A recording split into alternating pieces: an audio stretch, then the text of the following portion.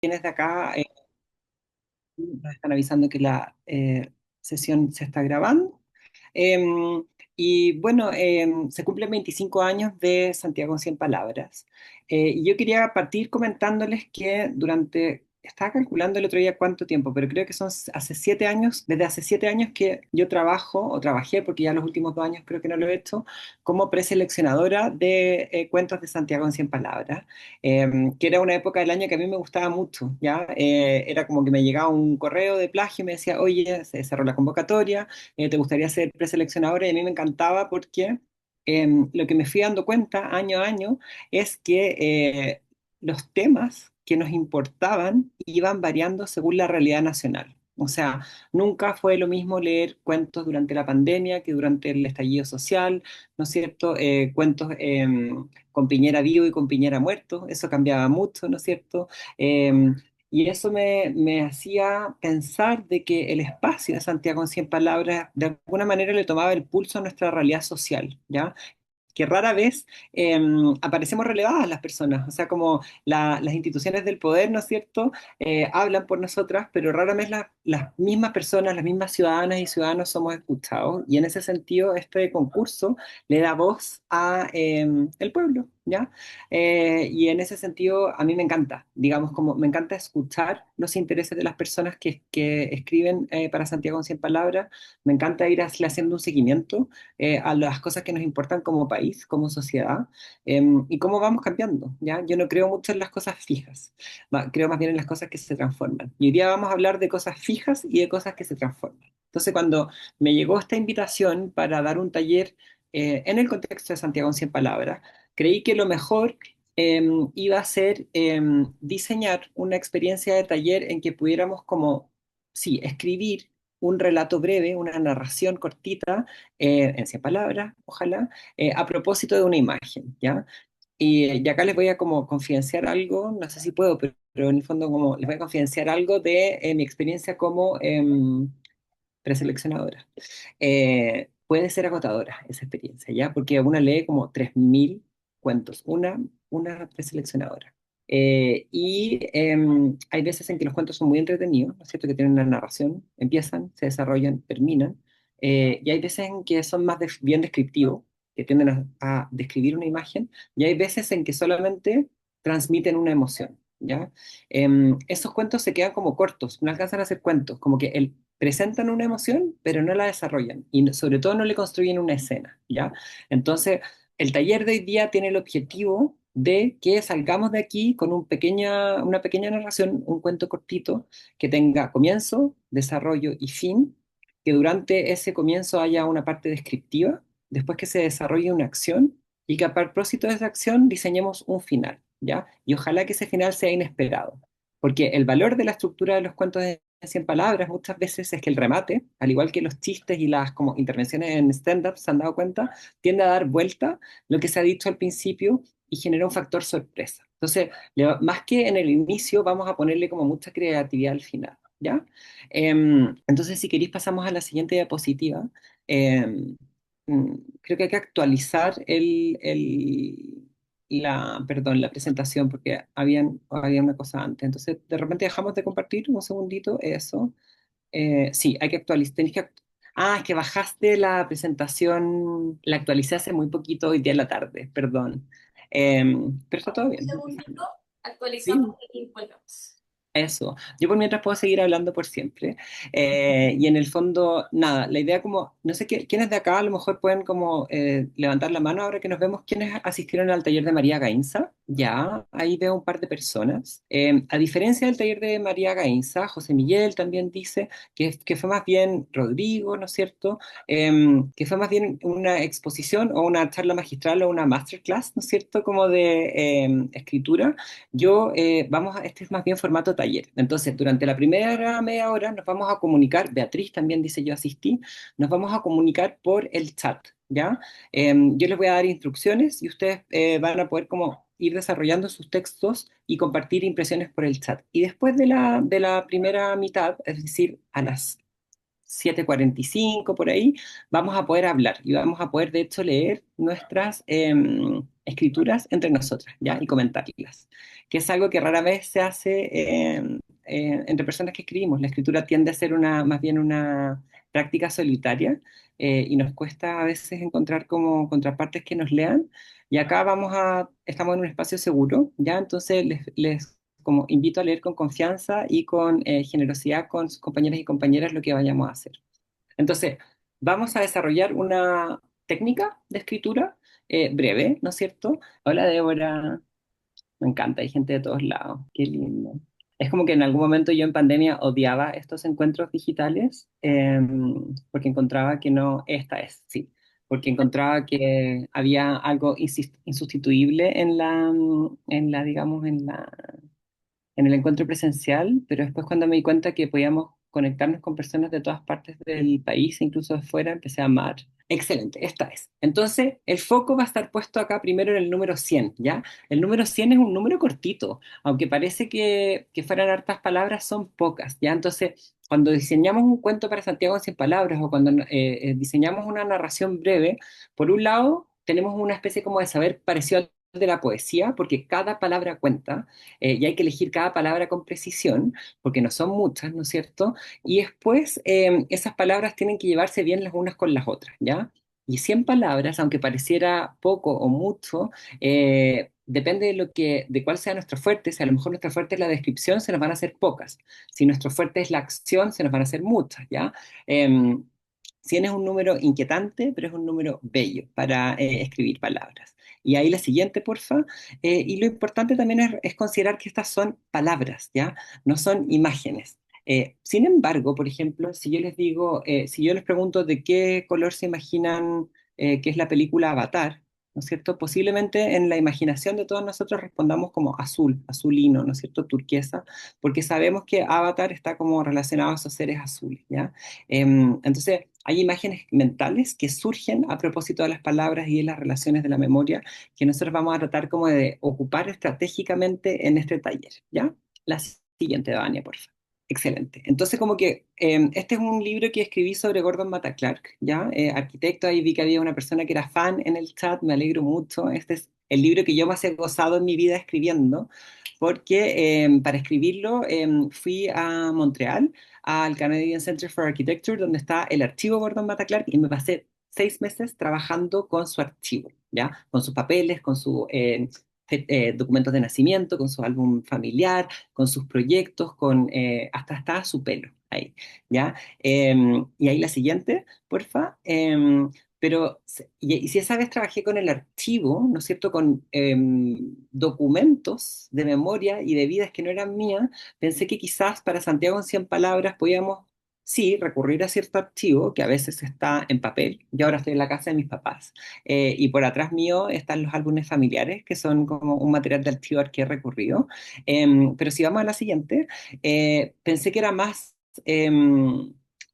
mejor, de alguna manera, hablar del trabajo que hice para esta novela, que se llama Inacabada, que es una novela autobiográfica y que también recurre a mi propio archivo familiar. Como les decía, revisité como papeles, documentos y materiales archivísticos míos, la siguiente, pero sobre todo trabajé con el arte, ¿ya? Y con las artes visuales. Las artes visuales como referencias y como imágenes de que puedan dar cuenta de algo que le estaba pasando a un personaje, al personaje de la novela, ya particularmente. Justamente porque al personaje de la novela le cuesta formular dos palabras. El personaje de la novela, la personaje de la novela, al igual que yo, es transgénero, y lo único que quiere decirle a su mamá son dos palabras que son soy mujer, pero no las puede pronunciar porque le da mucho miedo que eso pueda herir a su mamá. Entonces lo que inventa Juana, que es la protagonista de Inacabada, es un viaje en el que lleva a su mamá por distintos museos en los que hay obras que están sin terminar. Y esas obras sin terminar ella cree que se parecen, metafóricamente, a una identidad de género que se está construyendo. Y acá si vamos a la siguiente, em, toda esta idea parte de esta pintura de Paul Cézanne, que se llama Jarro de Peonías, ¿no es cierto? Y que una podría pensar que Paul Cézanne, pintor, la empezó, pero no la terminó, ¿ya? Alcanzó a dibujar el jarrón verde, ¿no es cierto? Alcanzó a dibujar algunas hojas de las peonías, que sabemos que son flores muy grandes y robustas, ¿no es cierto? Alcanzó a perfilar algunas peonías, pero lo más intrigante de este cuadro es que en la parte superior hay toda una parte que no está terminada de pintar, ¿ya? Y que nos invita, de hecho, a nosotras y a nosotros a rellenarla con nuestra propia imaginación. Queremos completar las peonías de Cézanne, queremos respetarlas en su estado inacabado, creemos que esto es un boceto, creemos que esta es una pintura. ¿Dónde están esas peonías y por qué no las terminó? ¿Ya? La siguiente, por favor. Em, pero después cuando me puse a investigar a Paul Cézanne, que es uno de los grandes pintores, digamos, de los últimos 2 siglos, me encontré con este paisaje, ¿ya? Un paisaje sin terminar. Entonces me di cuenta que lo inacabado era en Cézanne no un capricho, no una rareza, sino que una forma de entender las ideas y las emociones. Había algo empezado, enunciado, digamos, elaborado, pero no terminado. Y eso no le restaba valor, sino que justamente le daba más valor. En el mercado del arte, las obras inacabadas valen menos que las obras acabadas, firmadas y que se han expuesto en museos, ¿ya? Entonces a mí me interesaba para la escritura inacabada, a la cual había yo recurrido a mi propio archivo personal, pero también quería recurrir a las obras visuales, quedarme con unas ciertas como existencias marginales, ¿ya? Obras que valen menos, que no tienen la firma, que no sabemos si está impresa en ellas la voluntad y el genio de sus autores, ¿ya? La siguiente, Vania, por favor. Em, Ahora, en la medida que empecé como a avanzar en estas imágenes que me atraían, porque estaban sin terminar, empecé a descartar las naturalezas muertas y los paisajes y empecé a relevar más bien en la que aparecían los seres humanos. ¿Por qué? Porque la pregunta, ¿dónde están las peonías o por qué César las dejó de pintar?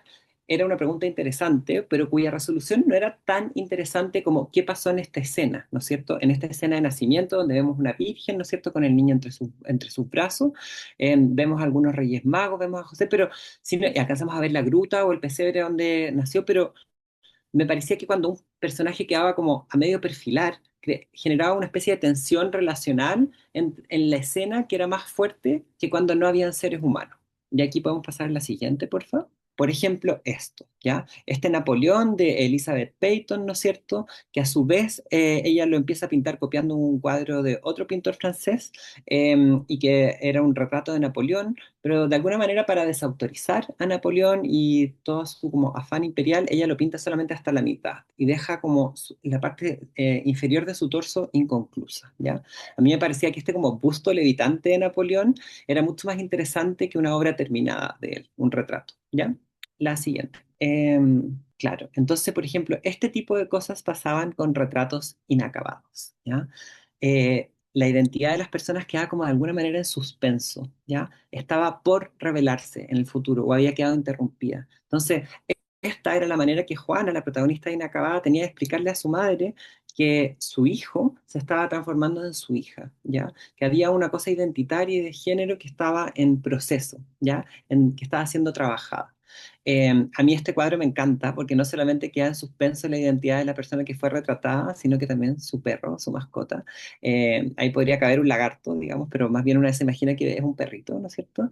Y esto nos habla de varias cosas. Uno, de la metodología de trabajo del pintor y después de cómo se activa nuestra imaginación. Es decir, yo pienso que ahí a lo mejor podría haber habido un lagarto, ¿ya? Pero si escuchamos, por ejemplo, a las 87 personas que estamos conectadas acá, posiblemente algunas hablarían de la especie del animal, si se imaginan un animal joven o viejo, de qué color, ¿no es cierto?, con qué expresión en la cara, lo mismo que la mujer.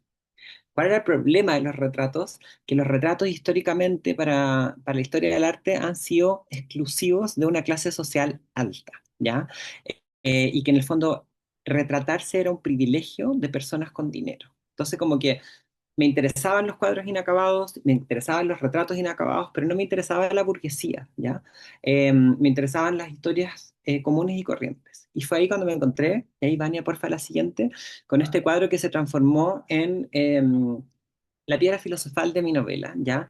Este es un cuadro de la artista norteamericana Alice Neal, que experta en retratos, ¿ya? Ella está empezando a hacer su práctica pictórica en los 60. En los 60 Estados Unidos está en guerra con Vietnam, ¿no es cierto? Y ella trabajaba con una metodología que invitaba a personas que le parecían atractivas en la calle a sentarse una, dos, tres, cuatro, cinco, seis, 7 veces en su estudio hasta que ella las pudiera retratar. pasaba tiempo entre una sentada y otra, ¿ya? Entonces, imagínense que Alice Neal va caminando en Nueva York de los 60 y de repente ve a una muchacha que le parece que tiene unos gestos muy, muy hermosos en su cara y le invita a su estudio a sentarse por primera vez. Ese día le perfila a lo mejor las manos y el cuerpo, después al día siguiente los pies, pasa una semana y le hace el pelo, ¿se entiende? Esa era la metodología de Alice Neal. Y este cuadro, ¿por qué me interesó tanto? Por dos motivos. Uno, ocupa el retrato para representar a personas que rara vez tienen representación y que en la América, Norteamérica de los 60 era una población, como sigue siendo, digamos, sujeta a violencia, opresión e injusticias, las personas negras, ¿no es cierto? Y después, porque este retrato de James Hunter, creo que se llama James Hunter, sí, de James Hunter, quedó inacabado, ¿ya? Entonces, Alice Neal conoce a James Hunter en la calle, le invita a sentarse y durante la primera sesión le pinta el pelo, la cara con mucho detalle, una de sus manos con bastante detalle, pero desde la oreja y el cuello hacia abajo, toda su postura queda en suspenso, es decir, por pintarse. Y lo que pasa es que James Hunter no llega a sentarse a la segunda sesión, ni a la tercera, ni a la cuarta, ni a la quinta, ni a la sexta, ni a la séptima, y lo que decide Alice Neal es interpretar la ausencia de las sentadas de James Hunter como una víctima de guerra. Posiblemente este joven, que estaba en edad de ser llamado para ser reclutado a las filas norteamericanas, fue llamado a pelear en Vietnam, posiblemente murió y posiblemente nunca volvió su cuerpo a Estados Unidos vivo, por lo menos, ¿ya? De hecho, hay toda una, que es muy bonito, la primera vez que se expuso este cuadro en el Metropolitan Museum of Art, una revista norteamericana llamó a como encontrar a James Hunter y no apareció, ¿ya? Entonces, este retrato me pareció que como funcionaba como desarmando la tradición burguesa del retrato, abriéndole una posibilidad a el suspenso, a lo que queda por definirse, ¿no es cierto? Y después, por otro lado, me parecía tan bella la expresión de este muchacho medio melancólico, ¿no es cierto?, apoyado en su sillón, como si estuviera como si estuviera sobre sus hombros una pesadumbre que no vemos, ¿ya? Y que desconocemos. En ese sentido, me pareció que este tipo de pinturas nos estaba exigiendo que nombráramos las cosas que veíamos, ¿ya? Es decir, una imagen fija e inacabada activaba palabras. Y esas palabras eran subjetivas y tenían que ver con nuestra propia experiencia personal. Lo que yo veo aquí va a ser muy distinto a lo que Denise de Curicó va a ver, a lo que Débora de Valparaíso va a ver, a lo que Beatriz va a ver, ¿no es cierto? Nos, las imágenes nos invitan a nombrar según nuestra propia experiencia, ¿ya? Y eso es algo que me pareció maravilloso y a partir de ahí trabajé en Inacabada con este tipo de imágenes que estaban por resolverse, ¿ya? Y acá podemos pasar a la siguiente, Vania, por favor.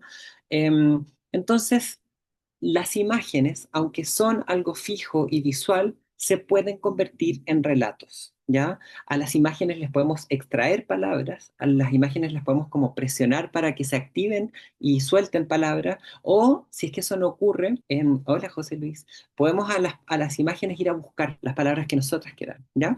Y acá podemos pasar a la siguiente, por favor. Esta fue la primera vez, este cuadro, no sé si lo conocen, ahora está muy funado Picasso, sobre todo después de la entrevista que dio Rosalía, ¿no es cierto?, a la Rolling Stone con la Mariana Enríquez.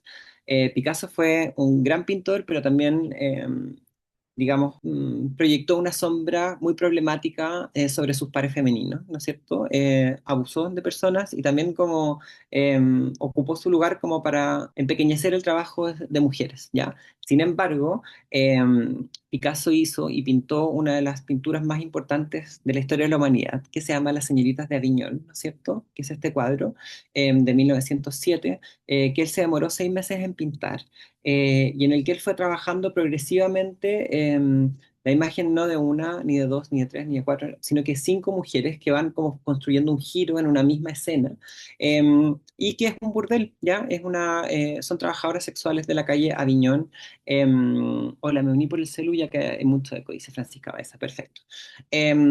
Y este cuadro es muy importante porque le abre las puertas al cubismo, pero también porque hay una crítica política. Picasso, aunque es español, está en Francia pintando en este momento al colonialismo francés sobre países africanos, ¿ya? Y ya vamos a ver un poquito más adelante que las dos máscaras, o sea, perdón, las dos rostros de mujeres que están al extremo junto al que está el nombre de la obra, proceden de imágenes de máscaras africanas, ¿ya? Este cuadro, yo la primera yo entré a estudiar historia del arte y me pasaron este cuadro y me dijeron qué es lo que veía yo ahí. Y yo, esto fue hace 20 años, lo que vi eran 5 variaciones de una misma mujer, ¿ya? Que se iba girando sobre sí misma. Eso fue la primera vez que vi algo en una obra de arte y que lo escribí y lo transformé en un relato, ¿ya? Entonces lo que yo creía que hacía era que Picasso anulaba el fondo, porque es como si esta sábana que estuviera al final, ¿no es cierto?, se nos viniera encima y estas mujeres estuvieran como envueltas en unos paños. Hay gente que incluso dice que están acostadas. Yo creo que hay algunas que tienen poses de estar recostadas, como la segunda, pero en verdad la última está sentada, ¿no es cierto? Pero en fin, la primera vez que yo quise ver algo acá, vi una transformación de una mujer en distintas etapas, ¿ya? Que era tan válida como la que mi compañera que vio, por ejemplo, crítica colonial a la Francia africana, ¿no es cierto? Lo que les quiero decir con esto es que las imágenes no tienen una sola lectura correcta, ¿ya? Según lo que nosotros queramos ver, esas imágenes se activan y se desactivan de acuerdo a las palabras que nosotros leemos a ellos y de acuerdo sobre todo al relato que armemos a propósito de ellos. De acá sí podemos pasar a la siguiente. Entonces, una cosa que podemos hacer con las imágenes es enfocarnos en una parte de ellas y, por ejemplo, ver acá a dos bellas mujeres como que más bien proceden como la pintura clásica y que aunque tienen como rostros que vienen de la España arcaica, digamos, de la escultura arcaica española, esta es una pintura más bien como con una naturaleza muerta, ¿no es cierto? Mujeres que están a disposición de una vista masculina, más bien clásica, pero si pasamos a la siguiente y nos enfocamos, por ejemplo, en el otro extremo de la foto, vemos a mujeres que, como decía, sus rostros están marcados o proceden de máscaras africanas y hay historiadores del arte que han querido ver en sus cuerpos, que acá están de alguna manera maculados o con manchas, ciertas señas de enfermedades de transmisión sexual, ya propias de las mujeres que trabajaban en el comercio sexual y en el trabajo sexual a principios del siglo XX en París y en Barcelona, no pasa nada, digamos, pero hay una marca de eso. Y es muy distinto, y acá podemos pasar a la siguiente,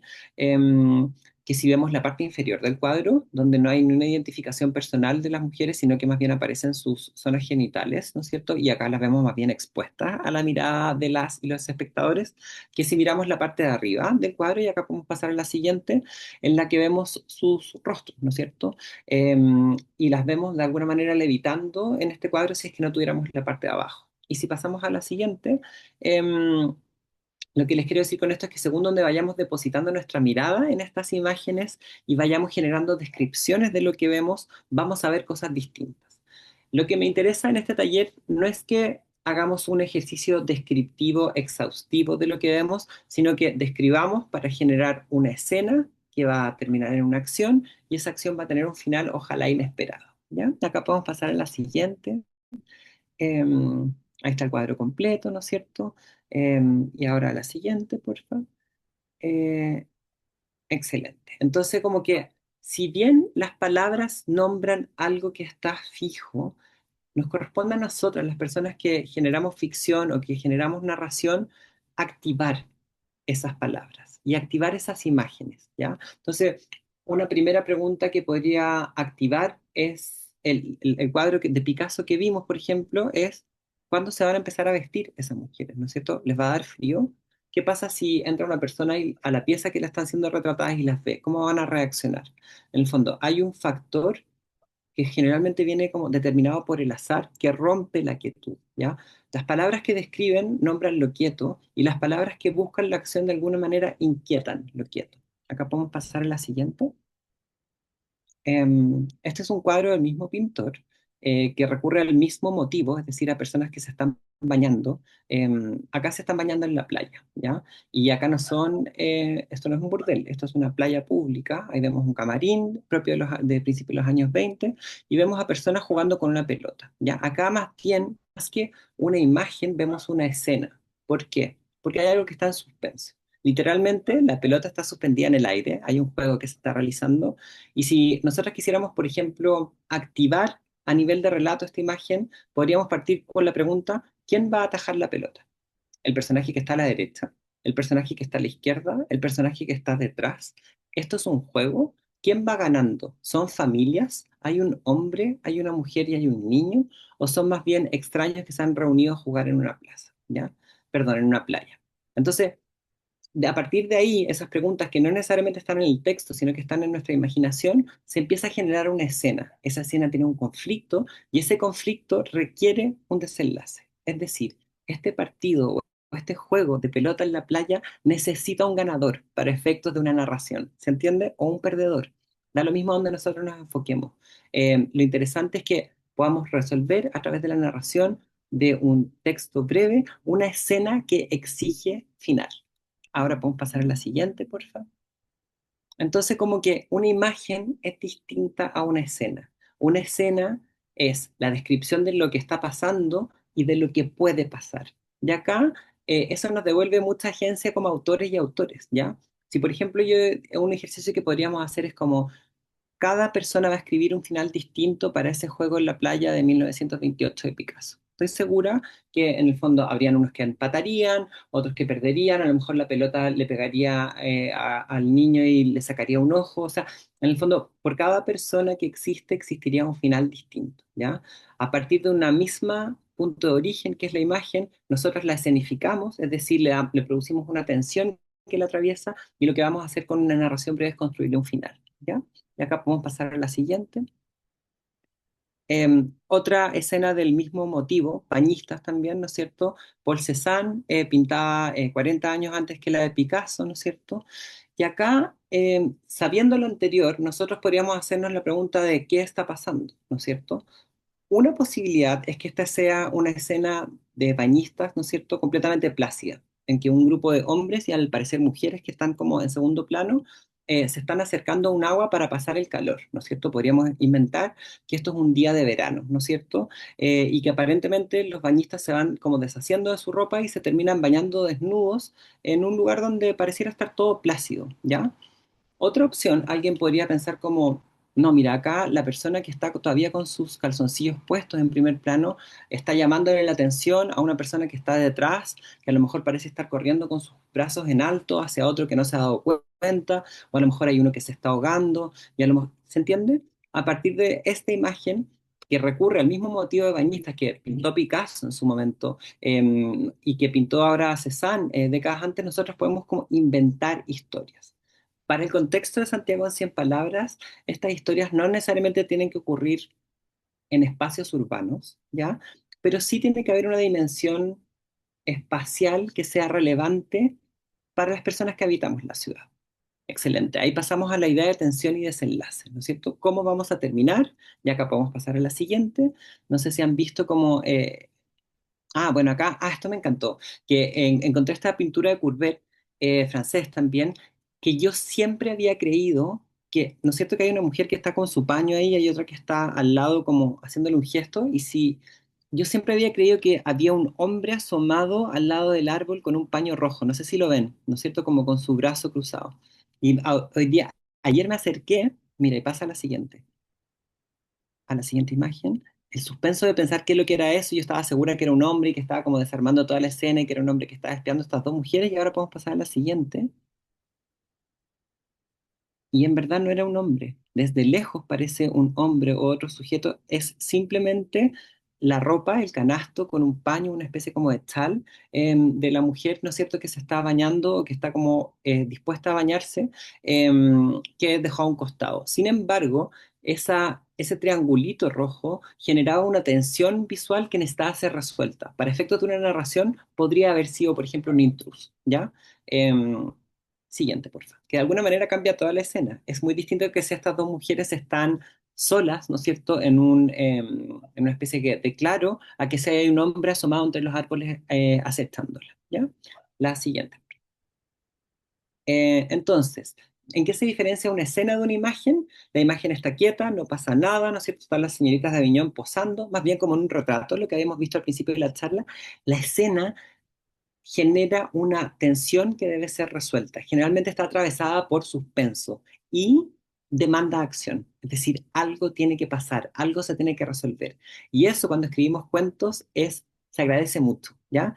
Porque una imagen, aunque vale más que 1000 palabras, está quieta, ¿ya? Una escena, en cambio, es una puesta en escena es algo que tiene que resolverse. Y eso nos devuelve a nosotras como escritores y escritores la capacidad de inventarles un desenlace.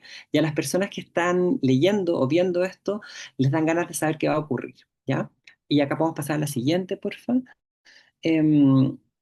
Esta es como la serie del momento, por lo menos fue la serie del momento en febrero, ¿no es cierto? Heated Rivalry, que son dos hockeyistas, ¿no es cierto?, que se conocen y cuya tensión como amorosa y después sexual hace que ellos se transformen en amantes, ¿ya? Y de nuevo, es la misma escena de los bañistas, es la misma escena de los bañistas de Courbet, es la misma escena de los bañistas de Picasso, es la misma escena de los bañistas que hemos estado viendo antes, pero acá hay una tensión atravesada. Dos personajes que no se conocen en las duchas o se ven por primera vez a sí mismos en las duchas y a partir de ahí hay algo que tiene que estar resuelto. ¿Van a terminar juntos? ¿Se van a meter? ¿No se van a meter? ¿Uno se va a enojar? ¿Le va a pegar un combo? ¿Va a ser como si no lo vio, digamos?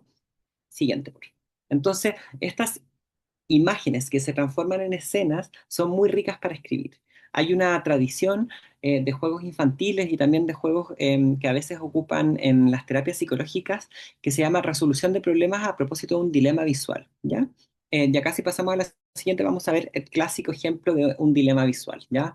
Acá vemos a un niño en la India que estaba talando un árbol y que de repente por algún motivo se subió al árbol y quedó con el árbol a medio talar con una serpiente enroscada en el tronco del árbol, con un león que está donde están sus instrumentos, es decir, su hacha, y abajo de él dos cocodrilos que lo están acechando por si es que él se llega a soltar, ¿ya? Entonces, como que la invitación de esta imagen, que es literal, esta imagen generalmente viene acompañada de una pregunta, es, ¿qué debemos hacer nosotros para salvar al niño? ¿No es cierto?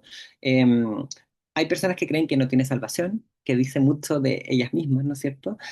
Hay personas que dicen que él se puede quedar a vivir en el árbol por siempre. Hay personas que les da más estrés de que el árbol esté a punto de cortarse. Hay personas que dicen que los animales no lo están atacando, sino que le están dando instrucciones para salvarse, ¿no es cierto? Y eso es muy bonito porque dice mucho de nosotras, dice mucho de lo que nos interesa y cómo estamos en el mundo. Y si lo pasamos a palabras, eso se transforma en un relato. Entonces, para transformar esta imagen en un relato, primero debemos describir la imagen, ponerle un punto de atención a la escena y resolverla, ¿ya? Y acá podemos pasar a la siguiente. Entonces, lo que vamos a hacer en este taller es pasar de una imagen fija, de algo que no se mueve, a convertirlo en escena, es decir, a dramatizarlo y a darle un final a esa escena, ¿ya? Y acá podemos pasar a la siguiente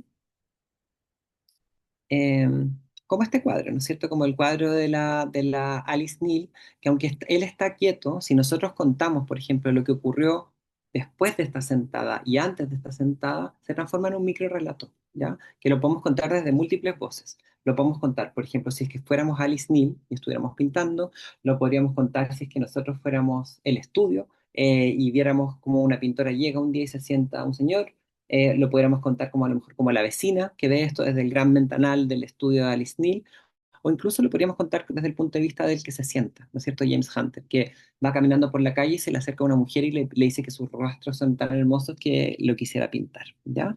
La imagen está quieta, lo que hacemos nosotros es transformarlo en escena y a esa escena darle un final, ¿ya? Y acá podemos pasar a la siguiente, por favor. Lo hacemos principalmente a través del suspenso, es decir, cuando a lo que apunta la escena es que tenga que haber una resolución, ¿no es cierto? Y esa resolución puede ser obvia, puede ser menos obvia, puede ser divertida, puede ser dramática, puede ser inesperada, que es lo que vamos a querer y a valorar más en este taller. Acá podemos avanzar a la siguiente, por favor. Em, entonces, por ejemplo, este cuadro que está en el Museo Nacional de Bellas Artes y que es un cuadro que a mí me intriga y me encanta mucho, es del pintor chileno Pedro Lira. Fue uno de los dos cuadros de los que Pedro Lira no se deshizo nunca. Lo guardó hasta el último día de su vida en su taller. Es un cuadro que, al igual que Picasso con las señoritas de Aviñón, pintó Lira en París.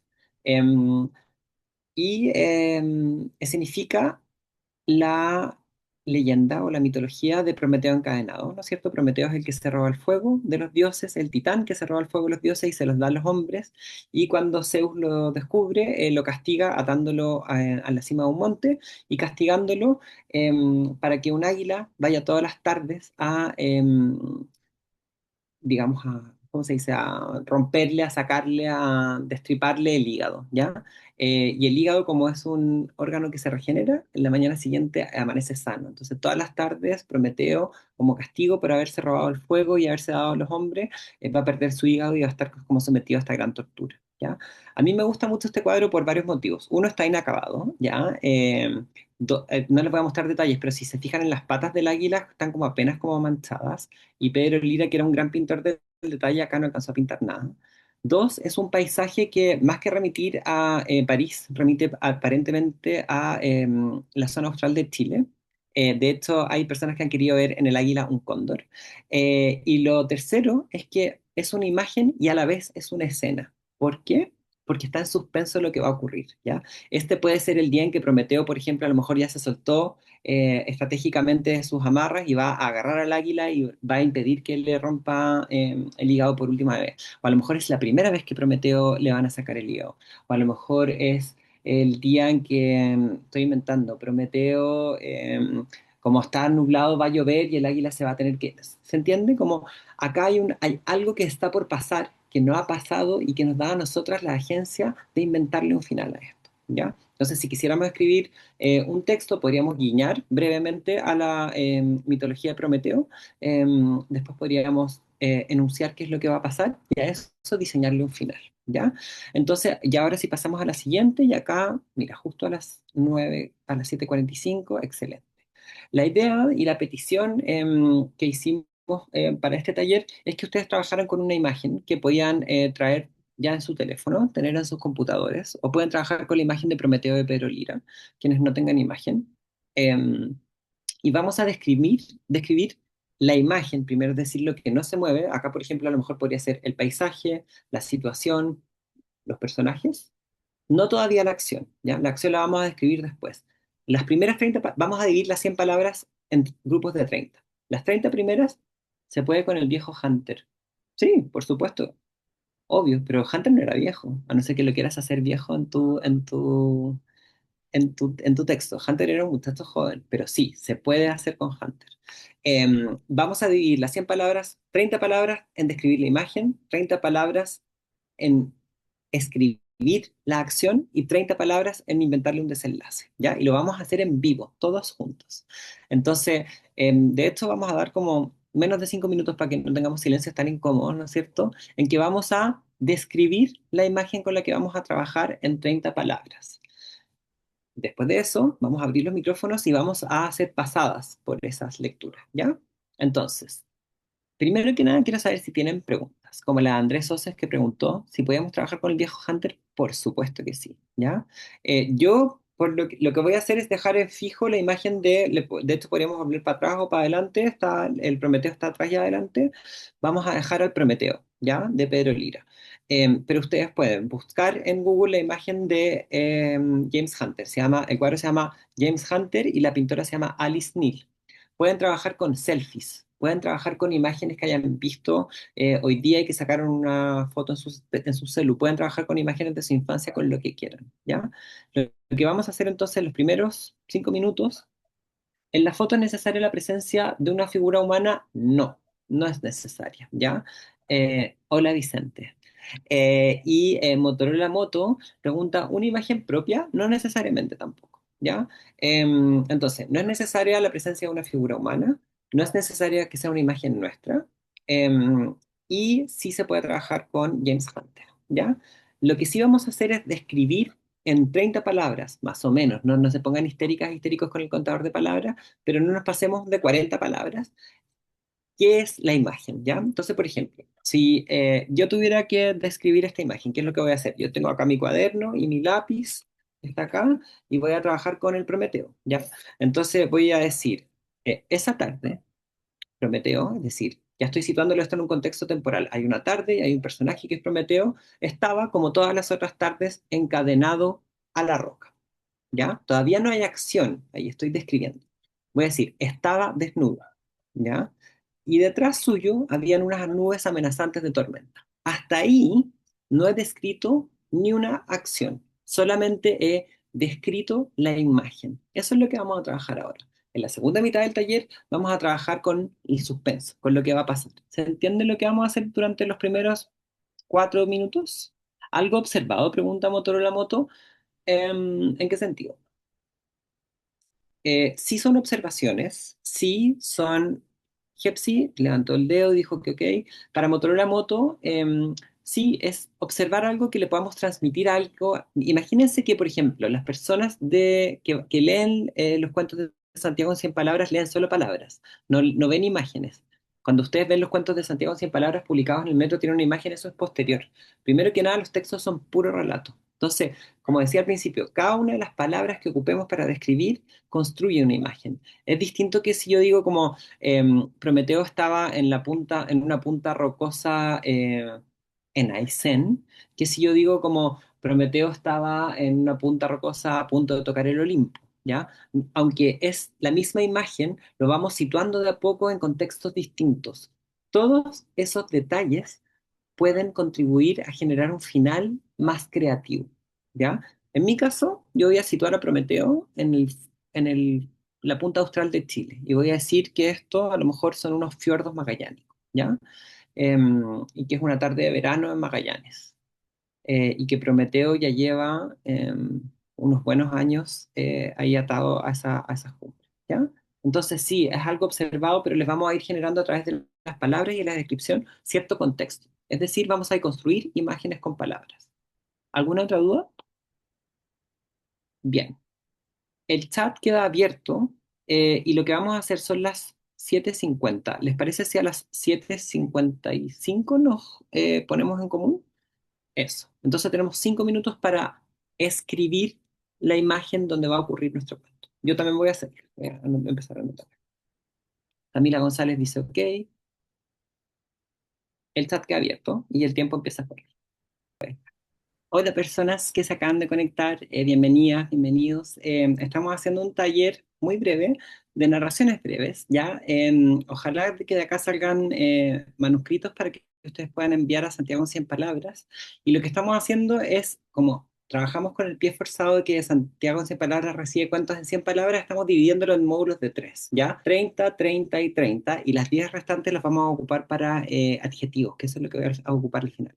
Pero estamos trabajando con imágenes, podemos trabajar con imágenes de nuestro propio archivo, imágenes que en nuestro teléfono, obras de arte que nos gusten, o con este Prometeo de Pedro Lira que yo estoy compartiendo con ustedes, que es del que yo estoy escribiendo ahora.